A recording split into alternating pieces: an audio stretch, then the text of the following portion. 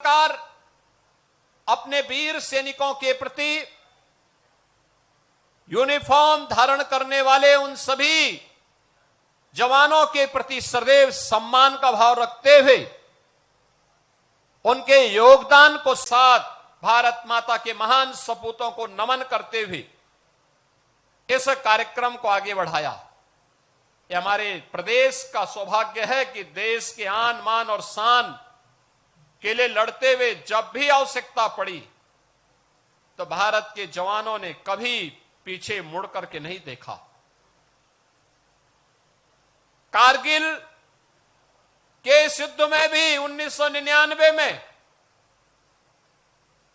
लखनऊ के कुछ जाबाज जवानों ने अपने आप को देश की एकता और अखंडता के लिए समर्पित भाव के साथ आगे बढ़ाया था और उसमें से जो हमारे भारत माता के महान सपूत बलिदान हुए उनमें Captain Manoj Kumar Pandey, Captain Aditya Mishra, Lance Naik Kevalanand Dwivedi, Rifleman Sunil Jung, Major Ritesh Sharma, ये नाम ऐसे हैं जिन नामों का स्मरण केवल लखनऊ और प्रदेशवासी ही नहीं पूरा देश बड़े गौरव के साथ लेता है, बड़े गर्व के साथ लेता है। और आज ये हमारा सौभाग्य है कारगिल विजय दिवस के अवसर पर इन भारत माता के महान सपूतों के परिवारजनों को हमें सम्मान देने का अवसर प्राप्त हुआ है। हमने प्रदेश सरकार में 2017 में सरकार बनने के बाद डबल इंजन की सरकार ने आदरणीय प्रधानमंत्री जी की प्रेरणा से देश के अंदर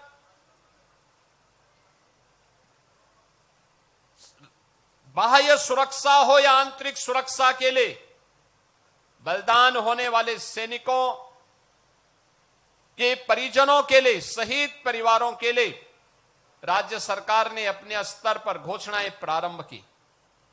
अगर कोई जवान देश की सीमाओं की रक्षा करते हुए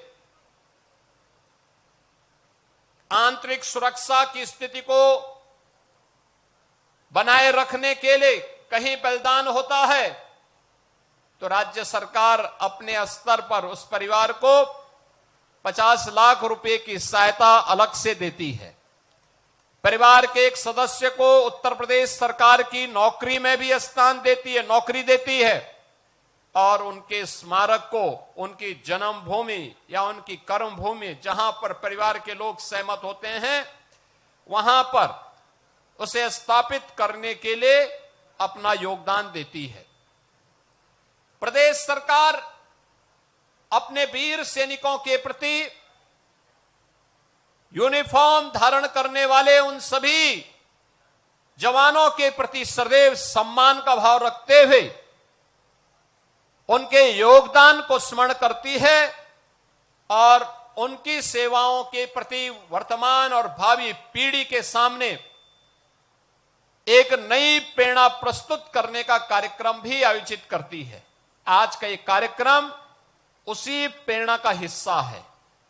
मैं धन्यवाद दूंगा लखनऊ नगर निगम को जो प्रतिवर्ष कारगिल विजय दिवस के इस कार्यक्रम को कारगिल के इन वीर सैनिकों के सम्मान के साथ जोड़ते हुए, राष्ट्रीय स्वाभिमान के साथ जोड़ते हुए इस कार्यक्रम को यहां पर आयोजित करती है।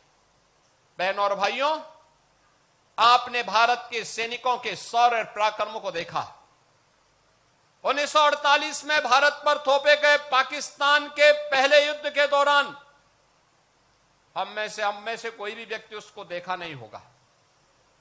1965 को भी हमने नहीं देखा होगा, 1971 को भी नहीं देखा होगा, लेकिन बहुत सारे ऐसे लोग होंगे, सैनिक होंगे जो 1971 और 1965 की लड़ाई लड़े होंगे। बहुत सारे हमारे आसपास ऐसे जवान होंगे जिन्होंने इन सभी युद्धों में जिनका बलिदान हुआ होगा, उनकी स्मृतियां आज भी हमारे सामने हैं। और इसीलिए सरकार ने भी तय किया है कि हर जनपद में भी वीर सैनिकों के इसी प्रकार के युद्ध के स्मारक और उनके बलिदान के स्मारक बनने चाहिए, जिससे वर्तमान पीढ़ी एक नई प्रेरणा प्राप्त कर सके। ये सामूहिक रूप से कार्यक्रम आयोजित होने चाहिए, जैसे कार्यक्रम आज लखनऊ में आयोजित हो रहा है। एक ओर सरकार के स्तर पर यह प्रयास उन्हें अधिक से अधिक सैनिकों के प्रति सम्मान का भाव व्यक्त करते हुए हमारी सरकार ने तय किया है कि अग्निवीर के रूप में जो जवान देश की सेनाओं में अपना योगदान दे रहे हैं, जब वह जवान रिटायर होकर के आएगा, उत्तर प्रदेश पुलिस बल में हम ऐसे जवानों को 20% आरक्षण की व्यवस्था कर रहे हैं। उन सभी जवानों के लिए 20% आरक्षण उत्तर प्रदेश पुलिस बल में हम लोगों के द्वारा उपलब्ध करवाने की कार्रवाई को भी आगे बढ़ाया गया है। बहनों और भाइयों, हमें ध्यान रखना होगा, राष्ट्र की एकता और अखंडता सदैव बलिदान मांगती है। हमें हर हाल में, हर कीमत पर राष्ट्र की एकता और अखंडता को बनाए रखने के लिए अपना योगदान देना होगा।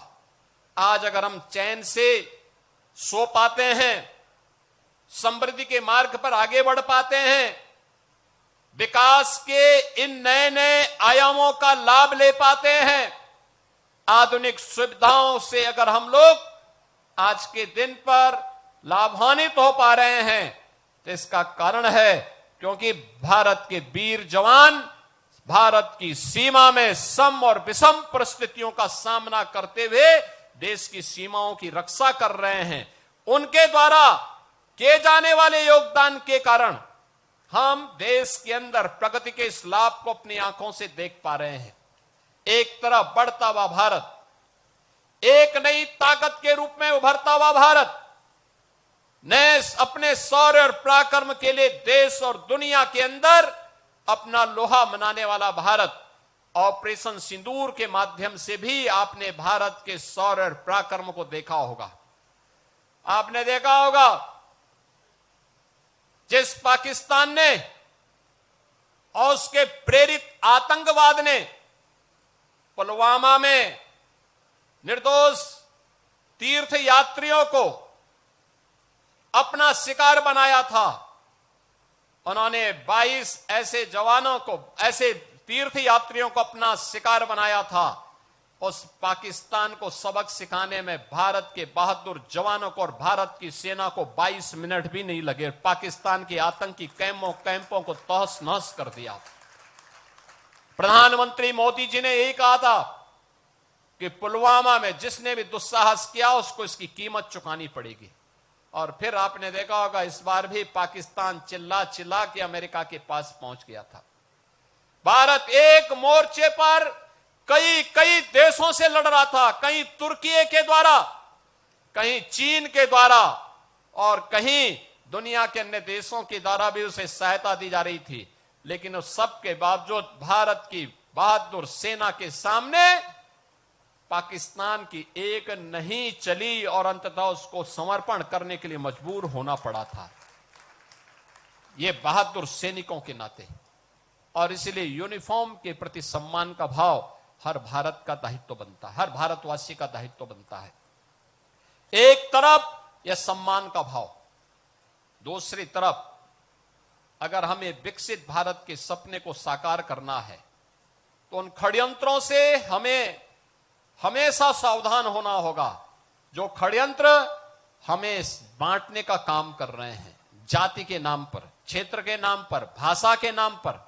याद रखना, बल, बुद्धि और विद्या में भारत कभी इतिहास के किसी भी कालखंड में कभी कमजोर नहीं रहा, कभी कमजोर नहीं रहा। किसी बात की कोई कमी भारत के अंदर कभी नहीं थी।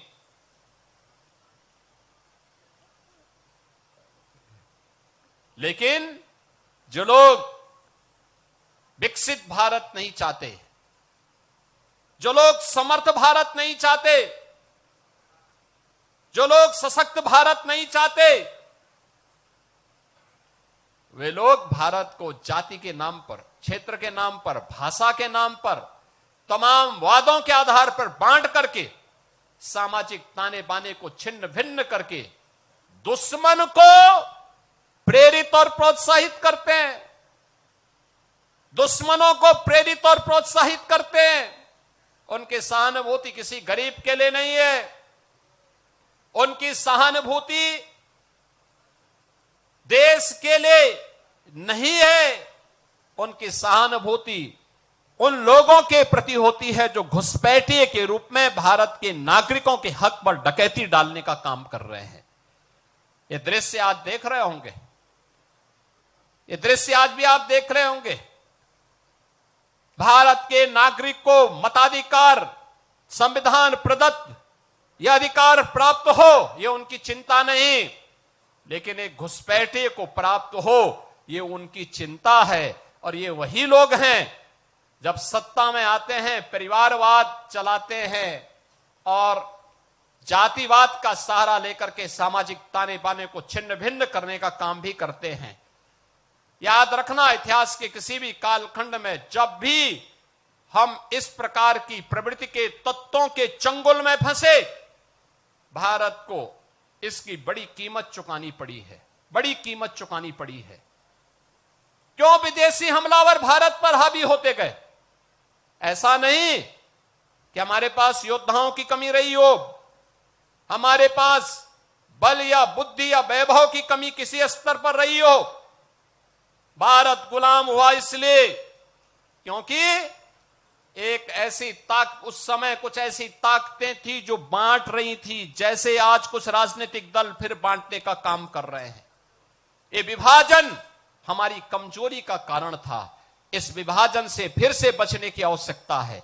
एक भारत श्रेष्ठ भारत के रूप में हमें एक समर्थ और सशक्त भारत के लिए, एक आत्मनिर्भर और विकसित भारत की संकल्पना को साकार करने के लिए आगे बढ़ना होगा, एकजुट होना होगा। कारगिल विजय दिवस का संदेश यही है, जिन वीर सैनिकों ने अपना बलिदान दिया है उनकी प्रेरणा यही है कि हम एक भारत और श्रेष्ठ भारत के माध्यम से ही एक सशक्त और समर्थ भारत की परिकल्पना को साकार कर सकते हैं। आज के इस अवसर पर मैं भारत माता के उन सभी सपूतों को जिन्होंने विभिन्न युद्धों में देश की सीमाओं की रक्षा करके भारत की अखंडता को सुनिश्चित किया, आंतरिक सुरक्षा को बनाए रखने के लिए अपने आप को बलिदान दिया, उन सभी वीर जवानों को मैं विनम्र श्रद्धांजलि अर्पित करते हुए उनकी स्मृतियों को नमन करता हूं। भारत माता के जो हमारे बहादुर जवान, जिन्हें लखनऊ की धरती को पैदा करने या लखनऊ को अपने जन्मभूमि और कर्मभूमि के रूप में जिन्होंने स्वीकार किया, ऐसे Captain Manoj Kumar Pandey, Captain Aditya Mishra, Lance Naik Kevalanand Dwivedi, Rifleman Sunil Jung, Major Ritesh Sharma, इन सब की स्मृतियों को नमन करते हुए मैं इन्हें विनम्र श्रद्धांजलि अर्पित करता हूं। उनके परिवारजनों के प्रति अपना सम्मान व्यक्त करते हुए आप सभी से आह्वान करूंगा कि सैनिकों के प्रति जो भी सम्मान, सर्वोच्च सम्मान हो सकता है, वह सम्मान का भाव हमारे मन में सदैव रहना चाहिए। इस विश्वास के साथ आप सबके प्रति भी मैं अपनी शुभकामनाएं देता हूं। धन्यवाद। जय हिंद। बहुत बहुत धन्यवाद मुख्यमंत्री महोदय। मुख में वंदे मातरम है, मुख में वंदे मातरम है, तन में वंदे